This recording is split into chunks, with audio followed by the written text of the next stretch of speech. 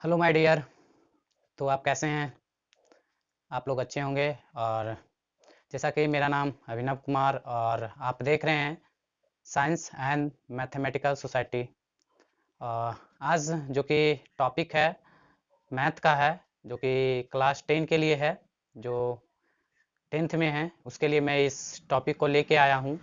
और इसके पहले जो मेरा जो पार्ट 1 आया है मैथ का इस चैप्टर का, जो कि चैप्टर नेम है रियल नंबर, जिसे हम वास्तविक संख्या कहते हैं, उसी रिलेटेड मैं आप लोग से डिस्कशन कर रहा था। उसी चैप्टर में एक आता है रेशनल नंबर, और रेशनल नंबर मतलब प्रमेय, जिसको हम परमेय संख्या और अपरिमेय संख्या कहते हैं, उसी का मैं चर्चा कर रहा था और मैं बताने का काम भी किया। सबसे पहले मैं उसका डिफिनीशन बताया था कल, जो मेरी फर्स्ट जो लेक्चर था। आज मैं उस चीज़ से रिलेटेड मैं प्रूव करके मैं बताऊंगा कि कैसे प्रूव किया जाता है, किस तरह से प्रूव किया जाता है। और आप लोग से बस मेरी यही गुजारिश रहती है कि अगर मेरे चैनल पर आप नए हैं तो प्लीज़ मेरे चैनल को आप सब्सक्राइब कीजिएगा और शेयर करने का काम कीजिएगा, जिससे कि और भी लोग इस मैथमेटिक्स से जुड़ सके और ज़्यादा से ज़्यादा लाभ ले सके। और जितने भी हमारे अगर कोई अभिभावक देख रहे हैं, तो मैं अभिभावक से भी मैं कहना चाहता हूँ कि आप इस वीडियो को देखिए, और जो आपके बच्चा हैं जो पढ़ने वाले हैं, उनसे ज़रूर कहिए कि इस चीज़ को देखने के लिए, जिससे कि बेनिफिट मिल सके। और जो इस बार एग्ज़ाम देने वाले हैं उनके लिए तो खासकर मैं कहूँगा ही कि इस जो टॉपिक मैं बता रहा हूँ बहुत ही इम्पोर्टेंट है, जो कि हर एग्ज़ाम में पूछा जाता है, हर एग्ज़ाम में इसे दिया जाता है। लगभग जितना बार भी अभी तक बिहार बोर्ड मैथ का एग्ज़ाम लिया है, जो कि इसमें लगभग लगभग बार ये क्वेश्चन को पूछा गया है, जो आज मैं डिस्कस करूंगा और आप लोग को मैं बताने का काम करूंगा। तो प्लीज़ मेरे वीडियो पर आप लोग अंत तक बनिए रहिएगा। और अगर मेरी वीडियो अच्छी लगी तो लाइक और शेयर ज़रूर कीजिएगा। और कोई भी अगर क्वेरी रहो या कोई क्वेश्चन रहे, तो आप प्लीज़ मेरे कमेंट सेक्शन में जाके कमेंट कर सकते हैं। और अगर कोई मेरे प्रीवियस क्लास नहीं देखे हैं तो मैं डिस्क्रिप्शन बॉक्स में मैं लिंक उसका दे दूंगा, आप उसे ज़रूर जाके विजिट कीजिए, देखिए और लोगों तक शेयर करने का काम कीजिए। चलिए, तो आज मेरा जो टॉपिक है, जो ये है टॉपिक कि सिद्ध करें कि रूट टू एक अपरिमेय संख्या है। तो यहाँ पे हमें सिद्ध करनी है, जो कि सिद्ध करके बतानी है कि क्या रूट टू एक अपरिमेय संख्या है। तो सबसे पहले मैं कल बात कर रहा था कि परिमेय संख्या मतलब जो मेरा पहले वाला जो लेक्चर आया था, जो वीडियो आया था, उसमें मैं बात कर रहा था कि परिमेय संख्या अपरिमेय संख्या किसको कहते हैं। सबसे बड़ी बात, अगर परिमेय संख्या पढ़ रहे हैं और परिमेय संख्या पढ़ रहे हैं तो हमें डेफिनेशन की ज़रूरत होती है। अगर वो डेफिनेशन हमें पता है तो उसको हम हल करने में बहुत ही सहायक होगा और हेल्पफुल होगा।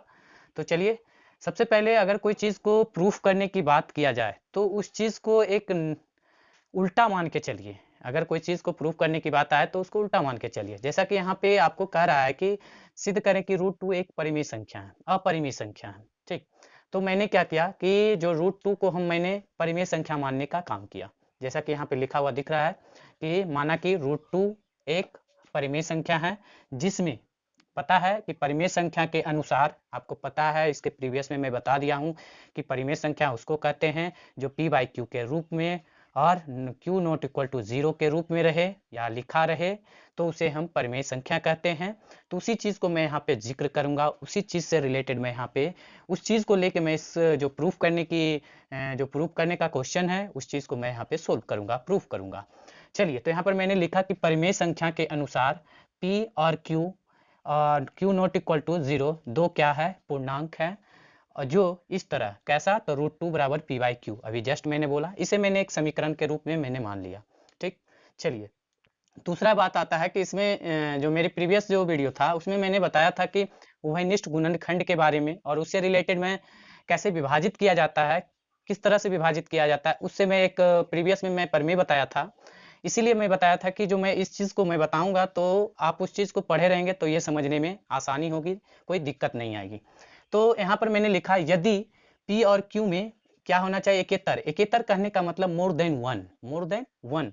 कोई उभयनिष्ठ गुणनखंड हो, मतलब कि कहने का है एक से अगर ज़्यादा उस जो P और Q में अगर उभयनिष्ठ गुणनखंड रहे, तब वे उभयनिष्ठ गुणनखंड जो रहेगा वो क्या करेगा, विभाजित करने का काम करेगा, जो कि हम यहाँ पर लिखा हूँ विभाजित किए जा सकते हैं। जो अगर एक से ज़्यादा उसका गुणनखंड होगा तो क्या होगा, वो विभाजित करने का भी काम करेगा और उसे विभाजित किए जा सकते हैं। ठीक, जैसे मैंने मान लिया कि √2 बराबर m/n, ये समीकरण 2 मैंने मान लिया। अब हम यहाँ पे m और n क्यों माने, सबसे बड़ी बात आती है लोगों का कि यहाँ पर सर आपने तो √2 बराबर p/q तो आपने मान लिया, फिर यहाँ पे m और n क्यों माना।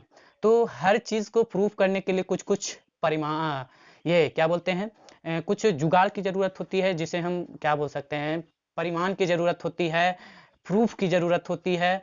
तो उसी चीज़ को मैं यहाँ पे प्रूफ करने के लिए कुछ उसमें परिमाण जुटा रहे हैं कि किस किस चीज़ का परिमाण इसमें लगेगा और क्या क्या चीज़ हमें यहाँ लानी पड़ेगी। तो मैंने मानने का काम किया, जो कि यहाँ पे आपको दिख रहा है कि √2 बराबर m और n लिख दिया। ये p/q के रूप में क्यों लिखा, क्योंकि हम जान रहे हैं कि √2 को मैंने क्या माना, तो मैं बात कर रहा था कि यहाँ पे एक मान लिया कि √2 बराबर m/n, जो कि जैसे कि यहाँ पर मैंने माना था कि ये क्या है, एक परिमेय संख्या है, और लेकिन हमें क्या प्रूव करने के लिए कह रहा था कि √2 क्या है, अपरिमेय। तो उस चीज़ को मैं अपोजिट मान के चल रहा था कि नहीं, वो जो है क्या है, एक परिमेय संख्या। तो परिमेय संख्या क्या का जो जो परमान होता है, परमान को उस चीज़ को लेने का काम किया, और इसमें जितना भी अगर परिमेय को सिद्ध करने की रहती है तो प्रमाण की ज़रूरत होती है, प्रूफ की भी ज़रूरत होती है, साक्ष्य की ज़रूरत होती है। तो उसी चीज़ को मैं यहाँ पे जुटाने का काम करूँगा और उसी चीज़ को लेते हुए मैं इसे प्रूव करने का काम करूँगा। तो ज़रूर मेरे वीडियो पर आप लोग बने रहिएगा, और अगर मेरी वीडियो अच्छी लगी तो लाइक ज़रूर कीजिएगा और शेयर ज़रूर कीजिएगा। आप लोग से बस यही आग्रह रहती है कि ज़रूर अगर वीडियो मेरी अच्छी लगे तो। चलिए, तो यहाँ पर मैंने ये तो मानने का काम कर लिया, एक समीकरण ये बना, एक समीकरण ये बना, 2 समीकरण हो गया। चलिए, जहाँ पे कि क्या यहाँ पर मैंने क्या किया कि m और n एक क्या है, पूर्णांक है। क्या है, m और n क्या है, एक पूर्णांक है। जैसा कि इसमें भी मैंने लिखा था कि p और q क्या है, एक पूर्णांक है, जिसमें क्या है कि एकेतर उभयनिष्ठ पूर्णांक नहीं है। कहने का मतलब इसमें क्या था कि p और q क्या था, एक मोर देन वन उभयनिष्ठ था, जो कि उसे हम विभाजित करने का काम कर सकते थे। लेकिन यहाँ पर लिखा हुआ है कि वो एक एकेतर उभयनिष्ठ पूर्णांक नहीं है, अर्थात तो m और n क्या है, एक सहअभाज्य है। सहअभाज्य कहने का मतलब को प्राइम है, और ये जो m और n मैंने मानने का काम किया वो क्या है, वो एक सहअभाज्य है। ठीक, तो यहाँ पर समीकरण 2 से हम पाते हैं कि क्या किए, क्रॉस मल्टीप्लिकेशन कर दिए, और क्रॉस मल्टीप्लिकेशन करके मैंने यहाँ पे लिख दिया कि √2 इंटू n बराबर m, मतलब m के बराबर में कौन सा होगा, तो √2 इंटू n होगा। तो चलिए आगे मैं फिर बता रहा हूँ, देखते रहिए, वीडियो पर बने रहिए, और अच्छी लगी तो लाइक जरूर कीजिए।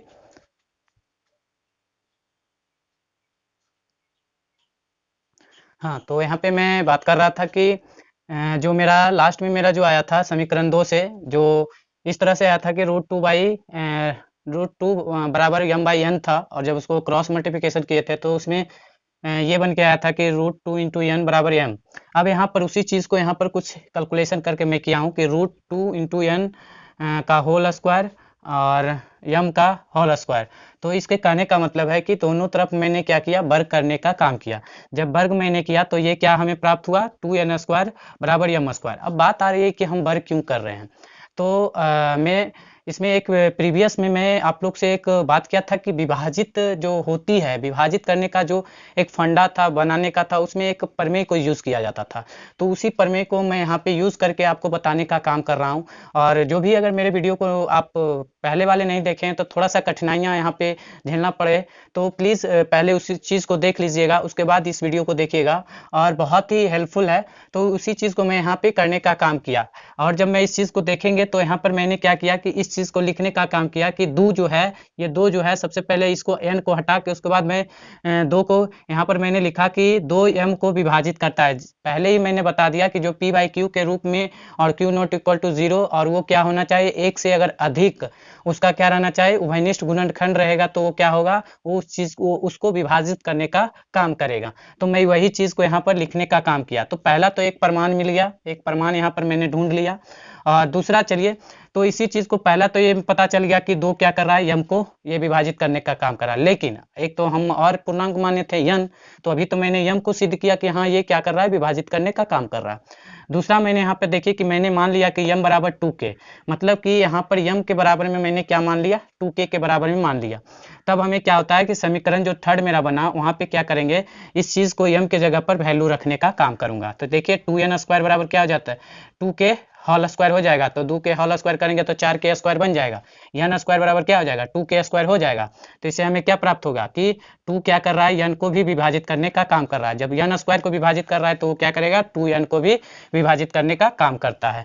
तो हमें क्या पता चला कि जो समीकरण चौथा था और समीकरण जो पांचवा था, इससे यह निष्कर्ष निकलता है कि m और n का उभयनिष्ठ गुणनखंड, m और n का उभयनिष्ठ गुणनखंड क्या है, गुणनखंड 2 है। कहने का मतलब है कि सॉरी, यहाँ पे थर्ड जो मैंने लिखा, फोर्थ जो मैंने लिखा ये नहीं, ये जो फोर्थ मेरा जो बन के आया ये आया, ये जो है मेरा फोर्थ, क्योंकि यहाँ पर क्या कर रहा है 2 और ये कर रहा है, इसको विभाजित करने का काम कर रहा है। और पांचवा जो मेरा बन के आया ये जो है समीकरण, ये जो है लास्ट वाला n² वाला, तो इसको मैं यहाँ पे लिख दे रहा हूँ समीकरण, ये मेरा पांचवा हो गया।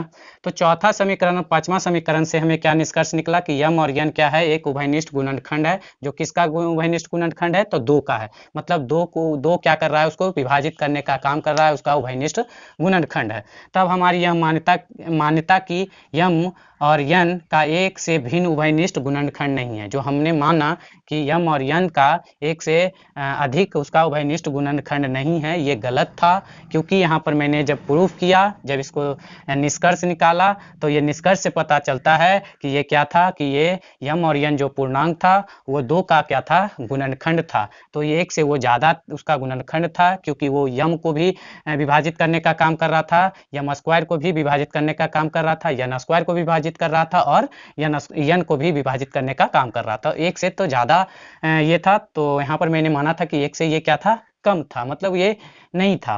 तो ये मानना क्या था, मेरा गलत था। इसी के चलते क्या मैंने लिखा, गुणनखंड नहीं है कि विरोधाभासी है। ये क्या है, विरोधाभासी, मतलब इसका ये विरोध करता है। तब हमें ये कह सकते हैं, इस तरह हमारा मानना ये क्या है, गलत है कि √2 एक क्या है, परिमेय संख्या है। अतः ये क्या है, √2 एक अपरिमेय संख्या है। तो आई होप आप लोग अच्छे तरीके से समझ गए होंगे, और मुझे पूरी आशा है कि आपको कहीं भी समझने में कोई दिक्कत नहीं आई होगी। और अगर आई है तो प्लीज़ आप मुझसे संपर्क कर सकते हैं कमेंट बॉक्स में जाके। और अगर इससे दिक्कत आ रही है तो थोड़ा सा मैं समझ सकता हूँ कि दिक्कत आएगी, अगर मेरे प्रीवियस वाले जो क्लास नहीं किए हैं उसके चलते दिक्कत आएगी। बाकी ऐसे अगर आप एक को समझ गए होंगे तो इस तरह से कई भी क्वेश्चन को आप हल कर सकते हैं, जैसे √5 हो गया, फिर हो सकता है 3 + √5 हो, इस तरह का भी क्वेश्चन दिखे क्वेश्चन बनाने के लिए, प्रूफ करने के लिए। तो अगर एक प्रोसेस आपको पता है तो इसीलिए मैंने इस चीज़ को प्रूव करके बता दिया हूँ, और बहुत ही हेल्पफुल है। तो प्लीज़ इसको ज़रूर आप लोग नोट कर लीजिए, और कहीं भी आप एक अच्छे कॉपी में जहाँ की मैथमेटिक्स बनाते हैं, जो कि एक एग्ज़ाम पॉइंट व्यू से भी इसे देखने का काम कीजिएगा, जो कि आपको अच्छे नंबर दिला सके। चलिए, तो आज यहीं तक मैं छोड़ता हूँ, क्लास को एंड करता हूँ, और मैं नेक्स्ट इसी टॉपिक रिलेटेड मैं क्वेश्चन लेके आऊँगा, और जो कि इसमें बहुत सारे जो रियल नंबर है, वास्तविक संख्या है, इससे रिलेटेड और भी बहुत सारे क्वेश्चन हैं, तो उस चीज़ को मैं ख़त्म करने का काम करूँगा। और ये स्टैंडर्ड 10th के लिए है और बहुत ही हेल्पफुल है। जो भी स्टूडेंट देखना चाहते हैं तो प्लीज़ मेरे यूट्यूब चैनल पे आप जाके विजिट कीजिए, और भी बहुत सारे जो कि अलजेब्रा का देखना चाहते हैं, या फिजिक्स का भी मैंने डाला हुआ हूँ, और भी जितने भी मैथ जो कि ट्रिग्नोमेट्री का मैं क्लास लिया हूँ, उस चीज़ को देखना चाहते हैं तो प्लीज़ मेरे प्लेलिस्ट में भी जाके आप देख सकते हैं, और आप मेरे चैनल पे भी विजिट कर सकते हैं। अगर अच्छी मेरी वीडियो लगे तो लाइक ज़रूर कीजिएगा और शेयर करने का काम कीजिएगा। तब तक मेरे चैनल पर आप लोग बने रहिए, और फिर मैं मिलता हूँ। Thank you.